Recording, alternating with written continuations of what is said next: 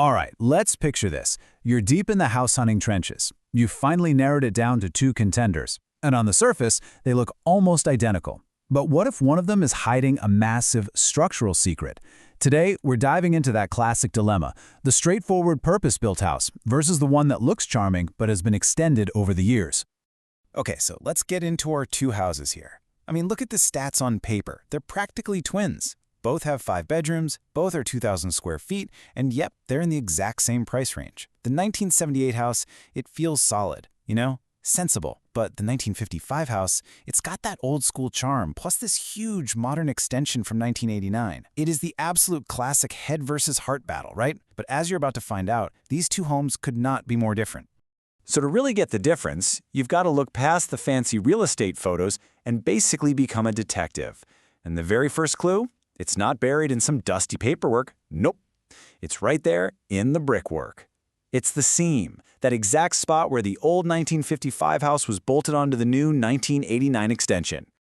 Now, that faint crack you might notice running down that seam, it points to a really serious engineering problem. It's called differential settlement. And this is not just a cosmetic thing you can fill in and paint over. It's a huge red flag that the house is having a kind of structural identity crisis. It's literally being pulled in two different directions at once. And here's exactly how that works. Think about it. The original 1955 part of the house has had more than 70 years to settle into the ground. It's done moving. It's comfortable.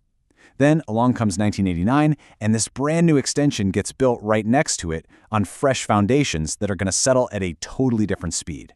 And the result? It's this constant, invisible tug of war happening right at the join, creating stresses that a house built all in one go just never has to worry about. So this conflict, it goes way deeper than just the foundation. This isn't just a house with a little crack. This is a house at war with itself. And this is where we get to what I like to call the Frankenstein effect.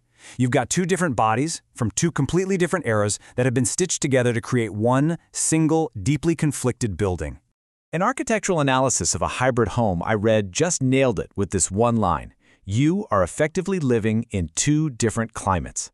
I mean, just let that sink in. Forget about your thermostat. The house itself is creating its own bizarre internal weather systems. You've got one half of the building fighting against the other every single second of every single day. So how does this thermal Frankenstein monster actually operate? Well, the original 1955 core was built way before anyone cared about energy efficiency. It has these thin, uninsulated walls that just get cold and feel drafty. But the 1989 wing, that was built to much tougher standards. It's packed with insulation, designed to stay cozy and hold on to its heat. And where these two meet, that clash creates something sinister called a thermal bridge. And this is the crucial part. When the warm, moist air from your cozy 1989 wing drifts over and hits the cold, sweating walls of the 1955 core, it condenses. But here's the kicker. It doesn't happen on the surface where you can see it.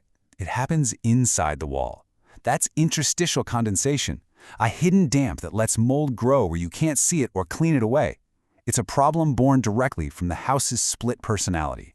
And this Frankenstein effect, it extends right down to the home's vital organs. In that 1978 purpose-built house, everything is one unified system. But in the hybrid, it's a total patchwork. The new plumbing is just piggybacked onto skinny 1950s pipes, which means you get terrible water pressure. The electrics can be a legitimate fire hazard, with a new fuse box that doesn't really talk to the old one. And let's not even get started on asbestos. You've got a high risk in both the old 1950s materials and, believe it or not, even some of the 1980s textured ceilings. Okay, so we've talked about all this technical stuff, but let's connect it to what it actually feels like to live in a house with a split personality, day in and day out.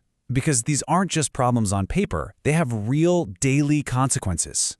You see, these things aren't just charming quirks. No, they're the direct symptoms of just bolting a new bit onto an old house without actually redesigning the core. So you end up with a 5-bedroom house, but a tiny kitchen designed for a 1950s family of 3. You get this awkward rabbit-warren layout because you're constantly walking through old rooms to get to the new ones. And that terrible water pressure? Yep, that's the 1950s plumbing gasping for air as it tries to serve a modern family. So, let's go back to our original choice. But this time, our eyes are wide open. This isn't just about a sensible house versus a charming one anymore. It's about buying a house with a unified soul versus buying a house that is, at its core, a project. And this chart really says it all, doesn't it? The 1978 house gives you high structural integrity, consistent and predictable energy bills, and a logical layout. It is, without a doubt, the safer bet.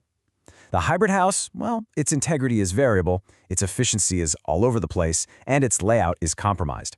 It's the character bet for sure, but that character comes with what we can call a pretty significant headache tax in future repairs and just pure frustration. And if there's one thing you take away from this, let it be this. When you buy a hybrid house, you are literally inheriting the financial shortcuts that someone else took decades ago. They were the ones who saved money by not upgrading the boiler, by not replacing the main water pipe, by not rewiring the whole house.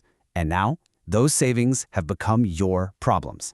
So in the end, it all comes down to this one single question.